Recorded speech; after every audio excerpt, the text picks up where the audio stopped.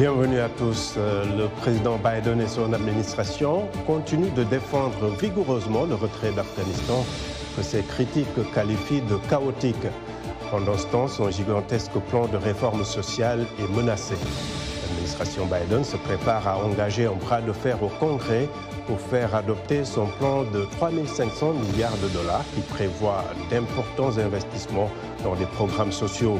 Cette semaine, les démocrates ont présenté un projet de réforme fiscale pour lever 3 000 milliards, ce qui devrait permettre de financer une bonne partie du programme social grâce à une hausse des impôts pour les Américains les plus riches et les entreprises. Mais avec une très courte majorité au Congrès, le camp démocrate devra compter sur des modérés comme Joe Manchin, qui juge le programme trop cher.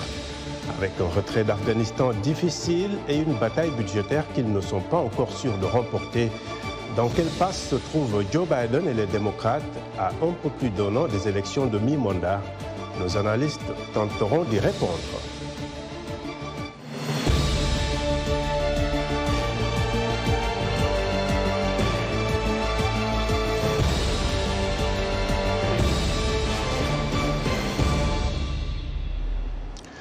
La cote de popularité de Joe Biden est à son plus bas niveau depuis son arrivée à la Maison-Blanche, selon un sondage de Quinnipiac University publié cette semaine. La sortie d'Afghanistan, la gestion de la pandémie de Covid-19 et la bataille pour l'adoption d'un vaste plan de réforme sociale, les fronts auxquels Biden et son administration font face sont nombreux. Le récit de Dili Diko.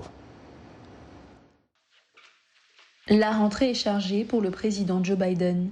Dans les jours à venir, il devra se focaliser sur son agenda économique, en particulier sur le projet de réforme fiscale qui sera largement examiné au Congrès. Si cette réforme est adoptée, elle permettra de financer une grande partie de son plan de réforme sociale d'un montant de 3 500 milliards de dollars sur 10 ans. En taxant davantage les Américains les plus riches et les grandes entreprises, le projet de réforme fiscale permettra de dégager 2 100 milliards de dollars, soit près des 2/3 du montant nécessaire au plan de réforme sociale. Lors d'une conférence à l'occasion de la fête du travail, Biden a mis en avant les avantages de son plan. Nous devons investir dans la formation professionnelle et les apprentissages de haute qualité et les secteurs à croissance rapide pour offrir aux familles de classe moyenne une réduction d'impôts bien méritée pour les garderies et les soins de santé et offrir une réduction d'impôts mensuelle importante aux familles de travailleurs avec enfants. Tout le monde parle de mon rabais d'impôts pour enfants. C'est une réduction d'impôts pour les gens ordinaires, c'est ce que c'est. Les démocrates ont entamé les négociations cette semaine et doivent désormais trouver un consensus sur le texte qui sera soumis au vote. Il est attendu que les républicains s'opposent farouchement à ces propositions de hausse d'impôts pour les plus fortunés. De façon générale, en matière d'économie, l'approbation de la gestion économique de Joe Biden est à la baisse. Un sondage de l'université Quinnipiac, publié le 15 septembre, montre que seuls 42% des Américains sondés y sont favorables. Le président est également en proie aux critiques sur le retrait des troupes américaines d'Afghanistan. 6 adultes sur 10 pensent que les troupes américaines devront retourner en Afghanistan, selon le même sondage. Par contre, 7 Américains sur 10 pensent que retirer les troupes d'Afghanistan était la bonne chose à faire. Une décision que Joe Biden assume entièrement.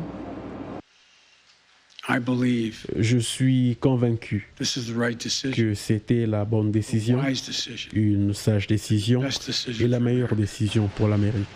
Pour la première fois depuis son entrée en fonction, le président Biden doit faire face à une cote de popularité négative car seuls 42% des personnes interrogées approuvent sa performance globale contre 50% d'insatisfaits. Malgré les critiques, le président maintient ses positions autant sur le retrait d'Afghanistan que sur sa gestion de la crise sanitaire avec l'imposition de la vaccination. Une attitude qui va sûrement l'aider à mener à bien ses projets économiques malgré une majorité très mince au Congrès. Voilà, merci beaucoup Dili. Et nos invités pour le débat, ici à Washington, Marilyn Sifoc, professeur à Howard University, toujours dans la capitale fédérale américaine, René Lake, analyste politique et consultant, Et à Annapolis, dans le Maryland, Jean-François Seznec, politologue et économiste à Atlantic Council. Merci à tous. Alors, je démarre avec vous, Marilyn. Après le tollé sur la manière dont les soldats américains ont quitté l'Afghanistan, Biden et son administration cherchent un peu à changer de sujet, n'est-ce pas, pour se focaliser sur la réforme sociale. Mais ce week-end, le sénateur démocrate Joe Manchin a tiré, si on peut le dire ainsi, une salve d'avertissement en disant qu'il n'allait pas voter pour cette enveloppe qu'il juge trop chère. Biden est-il dans une mauvaise passe? Il n'est pas tout à fait dans une mauvaise passe. On pourrait dire que il y a eu d'abord cette élection, du moins cette confirmation d'élection du gouverneur de la Californie, Gavin Newsom, et ça c'est déjà ça présage peut-être de bons résultats, peut-être de mi-mandat. Donc il n'est pas tout à fait en mauvaise posture, bien qu'il ne faille pas non plus étendre à tout le pays, au pays entier, les résultats de la Californie. Donc, une mauvaise passe, je dirais que oui et non. Oui, parce que, en fait, le président aimerait de toute façon avoir le soutien de Joe Manchin. Toutefois, on ne peut pas dire qu'il est dans une mauvaise passe malgré la débâcle de l'Afghanistan. D'accord. Alors, René, vous êtes le spécialiste de la communication dans ce panel. En termes de message, comment Biden peut-il encore tourner le retrait d'Afghanistan à son avantage? Le budget lui offre-t-il cette opportunité? Oui, je crois s'il y arrive sans trop de dégâts et sans trop de concessions. Joe Manchin dit que lui serait partant pour la moitié de la facture. Bon, donc, il y a encore une marge de discussion extrêmement importante. Mais vous savez, Abdourahmane, sur cette affaire de l'Afghanistan, il est certain qu'à court terme, du fait de la manière chaotique dont s'est passé les 3 dernières semaines de la présence américaine en Afghanistan, il est sûr que ce n'était pas l'avantage de Biden. Mais sur le moyen terme, je vous rappelle quand même que jusqu'à 70% de la population américaine soutenait Biden dans le retrait définitif de l'Afghanistan, avant qu'il y ait eu les événements au dernier moment. Donc je pense qu'à court terme, d'ici 2-3 mois, les conditions chaotiques du départ seront oubliées et ce que les Américains retiendront, ce sera essentiellement la fin de cette guerre. D'accord. Jean-François Seznec, plus d'impôts pour les riches pour financer le programme social, c'est peut-être un message populaire chez les progressistes, mais comment Biden peut-il avoir à bord les modérés de son camp qu'il ne peut pas se permettre de perdre? Je pense qu'il n'a pas tellement le choix et qu'il sera obligé de limiter un petit peu les programmes, de limiter les dépenses, les faire descendre de 3 milliards et demi, enfin 3 trillions et demi, et faire des sacrifices sur certains de ces projets. Bien sûr, ce ne sera pas populaire avec la gauche, si vous voulez, mais en fait, la gauche n'a pas le choix. S'ils veulent faire quoi que ce soit comme système, ils sont obligés de passer par le sénateur Manchin, et lui ne sera pas d'accord pour faire des dépenses trop élevées, et parce sa circonscription veut que les dépenses soient plus faibles, et je pense qu'ils vont passer au centre, si vous voulez. Marilyn, vous êtes d'accord avec M. Seznec? Biden doit-il revoir à la baisse ses ambitions pour ce programme, peut-être diminuer l'enveloppe, sachant qu'il court aussi le risque d'être critiqué par les progressistes? Alors, nous sommes dans un pays où les infrastructures sont extrêmement vieillissantes, qu'il s'agisse des ponts, qu'il s'agisse des routes, qu'il s'agisse des voies ferroviaires. Et donc, un programme qui est aussi énorme que celui de Biden est tout à fait nécessaire. Donc, il ne s'agit pas simplement d'essayer de plaire à un électorat plutôt qu'un autre, il s'agit de transformer les États-Unis. Or, Biden voit son propre rôle en tant que président de transformateur, un peu, si vous voulez, à la Roosevelt. Donc, il ne s'agit pas peut-être de lésiner à droite, à gauche, mais de, comme il dit lui-même, to build America back. Mais à la réalité politique au Congrès, que lui peut-être ne maîtrise pas, le bloc progressiste, c'est quand même 95 députés parlementaires. Oui, les 95 parlementaires, d'ailleurs, soutiennent et même veulent aller au-delà de ce qu'ils proposent. Par contre, ceux qui font blocage, si vous voulez, ce sont surtout les républicains.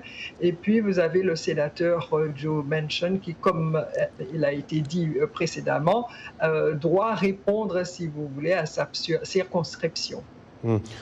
René Lec, en politique, une année, c'est très long. Mais pour vous, qu'est-ce qui va être déterminant dans le champ politique d'ici les élections de mi-mandat? Écoutez, moi, je pense qu'il y a deux grandes questions. La première, c'est la maîtrise de la situation sanitaire, que soit on sorte complètement de cette pandémie, ou en tout cas qu'on en voit le bout du tunnel. Ce n'est pas tout à fait le cas en ce moment. Et la deuxième question, c'est cette question de ces deux grandes lois, l'une sur l'infrastructure matérielle. Bon, ça c'est réglé puisqu'il y a un deal avec les républicains. Ça c'était le premier volet. Et le deuxième volet, ce dont nous parlions tout à l'heure, c'est l'infrastructure, les 3,5 trillions, en ce que vous appelez l'infrastructure sociale. Ce qu'il appelle l'infrastructure sociale. Donc je crois que c'est la capacité à donner de l'espoir aux Américains, à sortir de ces deux situations, l'une la pandémie, l'autre la question économique et la relance économique. Et je crois que la situation peut leur être très favorable. Parce que je vous signale que les résultats qui sont sortis à partir de l'analyse du census, il y a quand même plus de 11 millions d'Américains qui sont sortis de la pauvreté à cause des différentes mesures liées à la stimulation de l'économie. On reviendra sur cette question de la pandémie en seconde partie, mais Jean-François Seznec, Donald Trump n'est plus là, mais son message résonne encore et beaucoup d'élus ou de candidats républicains semblent y trouver une formule gagnante. On l'a vu avec Larry Elder, candidat au gouvernorat de Californie, qui a certes perdu, mais quand même, on a vu un peu comment il a mené campagne. Ce débat sur les impôts et les programmes sociaux peut-il profiter à ce que certains appellent le trumpisme?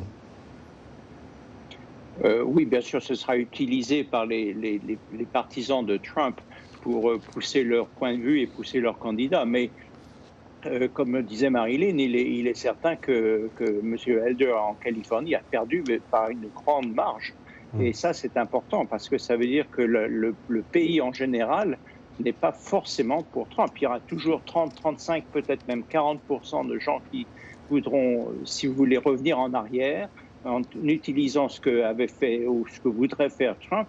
Mais ce qu'il faut voir, c'est quelles sont les vues des indépendants aux États-Unis. Et les indépendants sont en fait la grande majorité. Et c'est eux qu'il faut convaincre. Et c'est pour ça que je pense que le programme va se remettre vers le centre. Et même si c'est aux dépens, si vous voulez, des progressistes. D'accord. Alors, voici à présent quelques commentaires de nos téléspectateurs sur la page Facebook de VOA Afrique. Alphonse Mbouaki à Kinshasa nous dit « Les détracteurs de Joe Biden, surtout républicains, ont politisé le retrait d'Afghanistan alors que la population américaine était majoritairement en faveur du retrait ».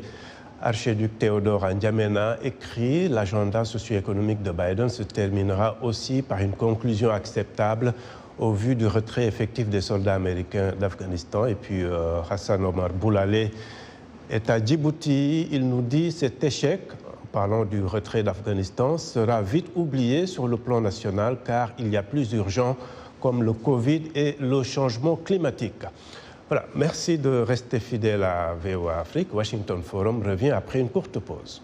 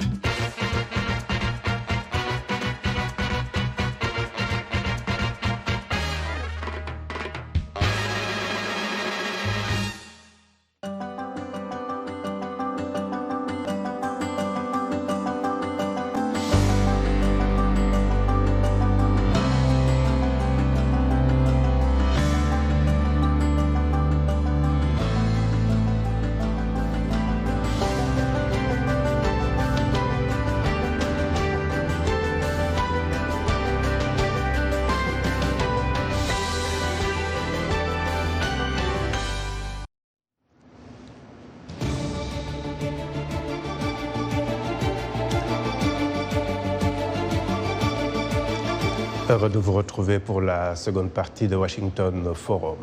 Ici aux États-Unis, l'annonce par le président Biden que la vaccination contre le coronavirus sera bientôt obligatoire pour certains travailleurs provoque un tollé chez des législateurs et des gouverneurs républicains qui envisagent des poursuites judiciaires contre l'administration américaine. Michel Quinn nous en dit davantage et c'est un récit de Jacques Aristide. No forced COVID vaccines. Les critiques sont catégoriques. Rendre la vaccination anti-Covid-19 obligatoire outrepasse le rôle du gouvernement fédéral. Cette démarche de l'administration Biden va entraîner davantage de résistance chez les Américains non vaccinés, ajoute-t-il. Le gouvernement demande à certains employeurs de s'assurer que leurs employés soient complètement vaccinés ou se soumettent à des tests hebdomadaires. Les entreprises qui enfreignent cette mesure s'exposent à des amendes pouvant aller jusqu'à $14 000. Le problème, c'est que j'essaie de vaincre la résistance, mais les actions du président avec une telle requête durcissent cette résistance. Selon l'université Johns Hopkins, les États-Unis comptent près de 41 millions de cas confirmés et 660 000 morts. Environ 74% des Américains de 12 ans ou plus ont reçu une dose du vaccin anti-Covid, d'après les Centres pour le contrôle et la prévention des maladies, alors que le rythme de vaccination a augmenté ces dernières semaines. Mais les autorités craignent une propagation continue du coronavirus jusqu'à ce que davantage d'Américains soient vaccinés. À ce jour, 19 gouverneurs républicains ont fait part de leur intention d'intenter un procès à l'administration démocrate. Ils soutiennent que l'obligation vaccinale est inconstitutionnelle. Quant à l'administration Biden, elle dit se focaliser sur les domaines où le gouvernement fédéral a autorité, tels que les nombreux établissements de santé qui touchent environ 17 millions de travailleurs, de même que les lieux de travail avec plus de 100 employés, ce qui concerne environ 80 millions d'Américains. Nous pensons que c'est une action appropriée et c'est certainement du point de vue de la santé publique. Le plus important est que cela aidera à assurer la sécurité des travailleurs et en fin de compte aidera aussi notre économie. Le président Joe Biden a également signé récemment un décret exigeant le vaccin anti-Covid pour les personnes qui travaillent pour le gouvernement fédéral en tant qu'employés à plein temps ou comme sous-traitants. L'obligation vaccinale pour les travailleurs survient à un moment où 62% des Américains sont d'avis que les conditions économiques sont mauvaises, selon un récent sondage de la chaîne CNN.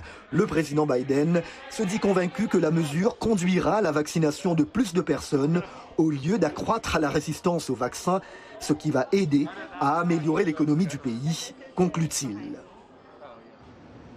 Voilà, merci Jacques. Et je rappelle mes invités. À Washington, Marilyn Seafolk, le professeur à Howard University, et toujours dans la capitale fédérale américaine, René Lake, analyste politique, consultant également, et à Annapolis, dans le Maryland, Jean-François Seznec, politologue et économiste au Atlantic Council. Alors, Marilyn Seafolk, dans le dernier sondage de Quinnipiac, 49% d'Américains n'apprécie pas la gestion du Covid par l'administration Biden, ce qui est très loin des chiffres très favorables d'il y a encore quelques mois. Comment est-ce que vous l'expliquez ? Alors, il y a évidemment des réticences. Ces réticences viennent surtout d'États qui sont en majorité républicains. Donc, il s'agit avant tout de convaincre les Américains qui sont encore réticents de se faire vacciner. Ce n'est pas chose facile parce que la vaccination elle-même est devenue très politisée. Donc, mais les chiffres parlent d'eux-mêmes. On voit nettement que les Américains qui se font, dans les États où les Américains se font vacciner, il y a peu de cas de mortalité, il y a moins de cas de mortalité que dans les États où les gens ne se font pas vacciner. Donc peu à peu, plus les gens seront confrontés aux chiffres et à leur propre situation, et plus ils seront amenés à se faire vacciner, à mon avis. Donc, je pense que là, il s'agit si le gouvernement n'est pas populaire dans ce domaine-là, il le sera peut-être à l'avenir parce qu'il s'agit avant tout de la santé de tout un chacun. Alors, René, la pandémie persiste malgré les efforts de vaccination depuis l'arrivée de Joe Biden. A-t-il raison, toutefois, de pousser pour une vaccination obligatoire chez les employés fédéraux et les grandes entreprises, selon vous ? Oui, écoutez, il n'a pas tellement de choix si on se réfère à ce que disent les spécialistes, notamment les responsables de santé publique dans les différentes agences américaines. Et aujourd'hui, le slogan, c'est quoi? C'est de présenter la pandémie comme la pandémie des gens qui ne sont pas vaccinés. Et effectivement, quand on n'est pas vacciné, on a 11 fois plus de chances de mourir du virus que si on l'était. Donc, les arguments scientifiques en faveur du vaccin sont évidents. Maintenant, les réticences, il y en a beaucoup qui sont d'ordre idéologique, d'autres politiques. Ça, je pense qu'avec le temps, et surtout les contraintes que cela va poser aux gens qui ne sont pas vaccinés, qui ne pourront plus aller dans les restaurants, qui ne pourront plus voyager, etc., obligera un certain nombre de réticents à changer d'avis, à mon avis. Et justement, Jean-François Seznec, dans un pays où la liberté individuelle est fondamentale, comment l'administration peut-elle tacler l'épidémie sans paraître trop intrusive? Ça, vous avez posé une question très délicate. Il est certain qu'on ne peut résoudre ce problème que de façon intrusive. Si l'administration actuelle décide de ne pas pousser l'obligation vaccinale, ils seront vus comme faibles et ça leur coûtera beaucoup plus cher, en fait, que de forcer la vaccination actuelle. Si le président continue à forcer, il va être vu comme un président fort et je crois que ce sera apprécié par la grande majorité des Américains. Mais bien sûr, comme dans d'autres situations dont on a parlé tout à l'heure, il y aura toujours un pourcentage de gens qui utiliseront ça pour des avantages politiques, mais le fait est, comme disait René, que les chiffres sont évidents. Et si le président montre de la force, je pense que ça va bien leur profiter au président et aux démocrates. Et il y a aussi l'argument économique qu'on peut mettre sur la table, n'est-ce pas, M. Seznec? Oui. Si les gens veulent retourner à leurs activités, peut-être il faut qu'ils se vaccinent. Oui, et c'est très bon pour les républicains, en fait. Donc, je pense que la réponse est évidente, que le président va gagner cette bataille. C'est une bataille qui, en fait, sera une vraie défaite pour les républicains à long terme. Ah, vous êtes d'accord, Marilyn? Les républicains, plutôt les démocrates, avaient beaucoup critiqué la gestion du Covid par Donald Trump pendant la campagne électorale de 2020. Et maintenant, est-ce que vous ne pensez pas que les républicains vont essayer d'en faire de même en direction des prochaines élections de mi-mandat? S'ils le font, ce sera, comme le disait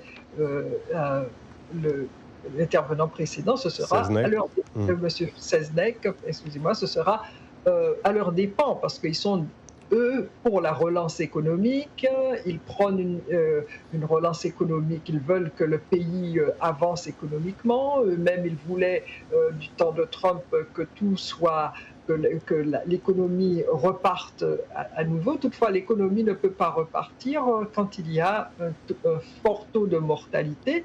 Et donc, ils devront se rendre à l'évidence qu'il faut absolument qu'il y ait vaccination pour qu'il y ait relance économique.